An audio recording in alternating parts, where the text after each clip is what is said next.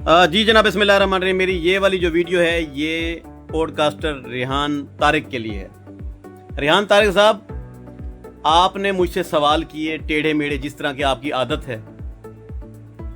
मैंने जवाब दिए, कॉन्फिडेंस बहाल रखा और आपकी आंखों में आंखें डालकर बात की। ये गॉड गिफ्टेड खूबियां हैं। और मैसेज आपके लिए ये है कि अगर आप लॉयल हैं अपनी सहाफत के साथ, आप लॉयल हैं अपने शोबे के साथ, तो इसमें कटिंग मत कीजिएगा। एक भी लफ्ज नहीं कटना चाहिए। लोग देखना चाह रहे हैं आपको कि रेहान तारिक साहब मशहूर हैं कि वो सहाफत की दुनिया के बेताज बादशाह हैं। यानी कि वो काटते नहीं है, क्लिप नहीं काटते, रेल चलाते हैं। एक एक लफ्ज रेल होना चाहिए, इसमें कटिंग नहीं होनी चाहिए, ठीक है?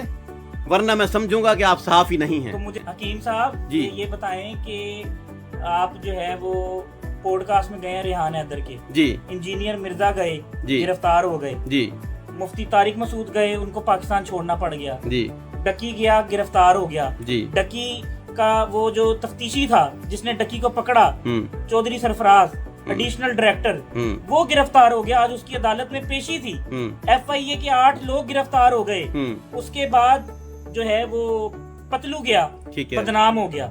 उसके जो पैसे थे, जो गिफ्टर थे, जो 25-30 करोड़ रुपया उसको महाना गिफ्टिंग करते थे, वो उनकी खत्म हो गई। उसके बाद जो है वो आपका गया पतलू के बाद साहबजादा वकार सुल्तान, पता है ना वो गद्दी नशीना, वो उनकी जो है वो कितने डिफेमेशन हो गई, उनकी कितनी नेगेटिविटी हो गई। तो उसके बाद वो कोई मेरे ख्याल से प्राइस कंट्रोलर जो है वो सरकारी तौर पर कोई AC है या कोई असिस्टेंट कमिश्नर है प्राइस कंट्रोल जो करते हैं, वो गई, उनकी कितनी नेगेटिविटी होगी।